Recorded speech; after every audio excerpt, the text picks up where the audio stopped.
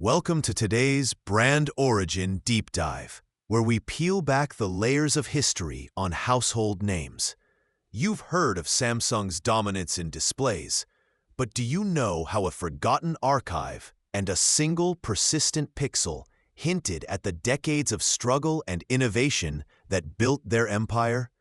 If you find value in this kind of storytelling, consider liking the video and subscribing. It helps more than you know. Let us know in the comments below where you're watching from or what you think about Samsung's journey. Let's dive in and discover how it all began. You step into a forgotten, climate-controlled corporate archive, the air thick with the scent of old paper and ozone. Row upon row of decommissioned prototypes, dusty memos, and design blueprints fill the space, waiting to reveal secrets. Your mission here is quiet yet profound: to uncover the hidden story behind Samsung's eventual television dominance. Deep within a dusty aisle, you find an early, unlabeled CRT monitor, a relic from a bygone era. Its screen is dark, save for a faint, persistent, almost invisible ghost pixel, a single, unchanging point of light that refuses to die. This pixel becomes your recurring symbolic motif, a subtle hint at an unseen imperfection or a lingering, unresolved presence within the brand's DNA. You uncover initial design sketches from the brand's nascent electronics phase, revealing ambitious but frankly quite naive ideas about display technology. These early explorations represent Samsung's first tentative steps into a new industry, marking a major historical milestone. This quirky glimpse into their early, almost childlike vision for screens is fascinating. Brand historians still debate whether this early pivot towards electronics was sheer ambition or a calculated risk based on limited technical understanding. The emotional tone here is one of quiet curiosity mixed with a sense of corporate silence and historical decay. These early sketches subtly foreshadow a key technical challenge that would plague development for years, one intrinsically related to achieving perfect pixel integrity. Building on what came before, you witness Samsung's early TV journey take a crucial turn. Moving past the relatively simple assembly phase, the company begins to eye a bolder future, one defined by design rather than just production volume. This ambition, however, isn't smooth. Records from this era reveal a graveyard of failed prototypes, ideas that simply wouldn't work or cost too much, and a quiet but steady stream of dismissed engineers who couldn't deliver perfection under tightening constraints. A key figure emerges from the technical reports, a lead designer, brilliant and visionary, yet increasingly troubled. He's obsessed with purging even the most minute image imperfections, dreaming of truly flawless displays. But his pursuit of pixel purity runs headlong into the cold, hard reality of cost-cutting demands, leaving him feeling isolated and marginalized. This tension isn't just personal. It appears in the technical fabric of the product itself. The term ghost pixel starts appearing in internal quality control memos, describing a faint, lingering anomaly. It's eventually, and perhaps chillingly, dismissed as an acceptable anomaly. This period marks a difficult shift for the brand's core identity. Samsung attempts to evolve from a simple electronics manufacturer to an aspiring tech innovator, a move that sparks significant internal conflict. Public perception becomes muddled, with consumers unsure if they're buying basic reliability or cutting-edge quality.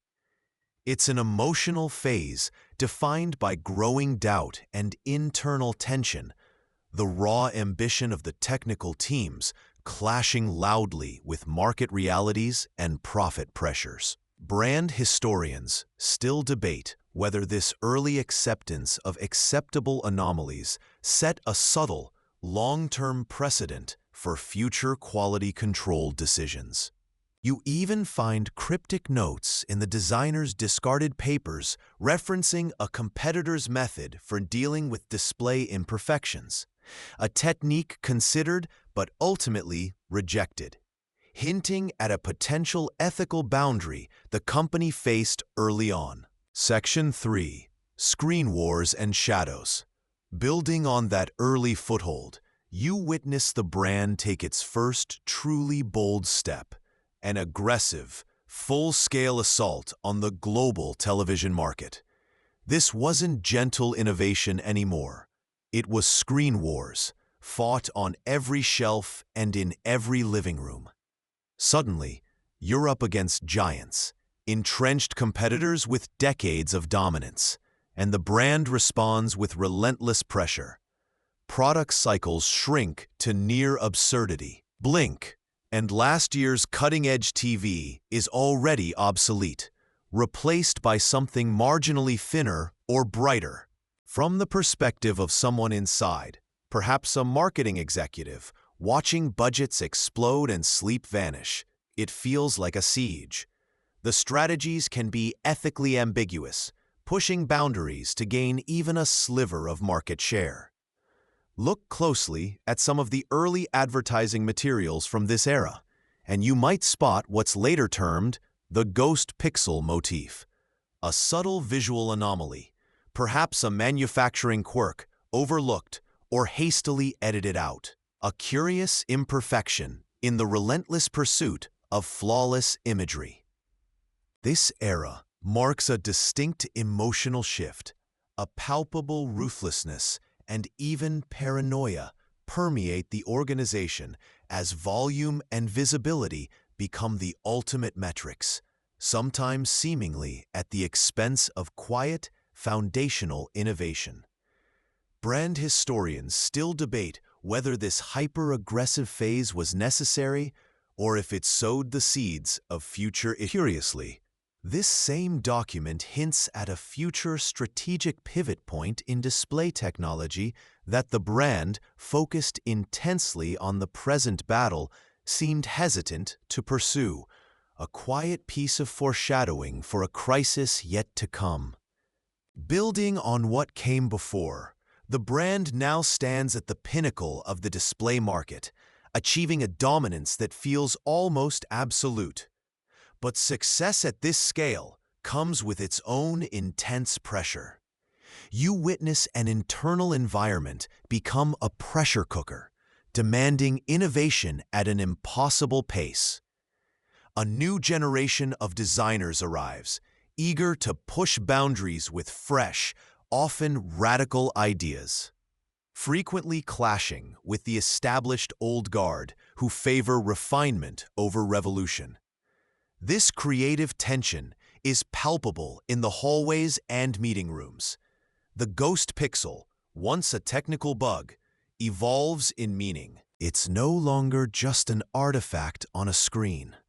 It becomes a symbol for the hidden compromises and sacrifices made to achieve this surface-level perfection. To keep churning out new models and stay ahead, corners are sometimes cut, and you see hints of this in the records, mentions of recalled models, customer complaints, carefully logged but buried deep within corporate files, casualties of the relentless push forward. Analysts still question the reasoning behind prioritizing speed over addressing certain persistent issues early on. This period is marked by a profound emotional shift. The outward appearance is one of triumph and effortless innovation, but underneath, there's deep-seated anxiety and the crushing weight of expectation. You stumble upon a series of research papers from the late 2000s, quietly discussing the psychovisual effects of display artifacts on long-term viewing habits, subtly linking these technical issues to potential, unseen human impact that goes beyond mere aesthetics. Building on the brand's global reach and evolving impact, you witness the immense challenge of maintaining leadership in a tech landscape that reinvents itself weekly. This era is marked by the quiet accumulation of digital debris, the failed ventures, the discontinued product lines that seemed so promising just months before, and the teams quietly disbanded after a project, despite Herculean effort, simply didn't fly. The ghost pixel motif, once a technical hurdle, becomes a poignant metaphor, haunting not just the screens you interact with, but the corporate memory itself. It's a constant, subtle reminder of the relentless, often Sisyphean battle against technical imperfection and the immense cost of the pursuit of the unattainable perfect screen. This relentless churn takes a significant human toll. You see the stories, often untold outside internal circles, of designers and engineers who burned out under the pressure or simply left, their innovative contributions sometimes forgotten in the rush to the next big thing. Analysts continue to question the reasoning behind the abrupt shuttering of Project Stardust, a highly anticipated AR initiative, even after years of significant investment. A major turning point that signaled a harsh new era of ruthless portfolio pruning. A quirky, lesser-known detail, the internal codename for one particularly notorious failed product line was Phantom Limb, a dark joke referencing the feeling of something essential that was no longer there. This period brings a melancholic reflection on the transient nature of innovation, where today's groundbreaking feature is tomorrow's forgotten history, and the often invisible labor that powers the global products we take for granted. Yet, buried within internal projections, you find whispers of future market disruption from unexpected, agile newcomers, suggesting that dominance is fragile and the past struggles with change and failure may soon return in new, challenging forms. Transitioning from the labs and boardrooms we just explored, you arrive in the now. Step into any airport lounge, any cafe, countless living rooms worldwide, and you see it, the unblinking eye of a Samsung screen. Their displays are everywhere, a silent, ubiquitous presence. This moment, this sheer scale of global saturation, is perhaps the ultimate milestone, the hard-won prize from decades of relentless drive. It connects directly back to those early struggles for recognition, the compromises made in pursuit of market share, and the sheer force of will required to dominate an industry. The polished, seemingly effortless experience you get today, with vibrant colors and razor-thin bezels, is the direct descendant of that tumultuous past. Brand historians still debate whether the pace of this ascent was sustainable without the intense internal pressure and legendary working hours that characterized the culture. It's a far cry from the early days, where a quirky, lesser-known detail from the 1980s shows just how far they've come. Engineers allegedly kept prototype circuit boards warm overnight with incandescent light bulbs in drafty workshops, just to ensure components functioned consistently before crucial tests. Today, production lines are sterile, automated marvels, yet the underlying drive remains. But look closely at the perfect image, and the ghost pixel motif returns one last time, not as a technical glitch, but a metaphor. It's a flicker in the corner of your vision, representing the enduring, unaddressed questions lingering behind the polished surface. What was the true human cost for the forgotten designers, the factory workers under pressure, the relentless pace of innovation? What is the environmental impact of this mass-produced brilliance, the planned obsolescence inherent in annual model cycles? How are these screens subtly changing our perception, reshaping our reality pixel by pixel? This present dominance isn't a simple story. It's a complex legacy, a monument built as much on relentless, sometimes ethically questionable ambition as it is on genuine technological innovation. Epilogue and wind down. And so we reach the end of this specific story, this deep dive into how a television screen became a global icon. Slowing down now, letting the narrative settle. What remains is a complex tapestry of innovation and ambition, of genius and compromise. The long-term brand legacy of Samsung displays isn't just about market share or sales figures. It's about changing the way we consume media, connect with the world, and visualize our digital lives. They didn't just sell TVs. They sold windows, portals into other realities, shaping the very architecture of modern living spaces. Their cultural symbolism is potent, a representation of South Korea's rise, the power of focused corporate strategy, and perhaps the double-edged sword of technological progress. They symbolize aspiration, modernity, access to the latest visual experiences. But the lingering questions, those ghost pixels, remind us that every triumph has a shadow.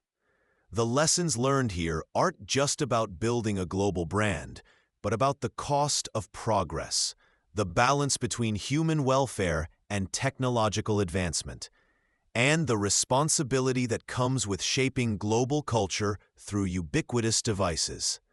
It makes you reflect on the objects that fill our lives. How much story, how much struggle, how much history is contained within that sleek black rectangle. And maybe, just maybe, the soul of a brand is never in its product, but in the people, stories, and stumbles that shape it.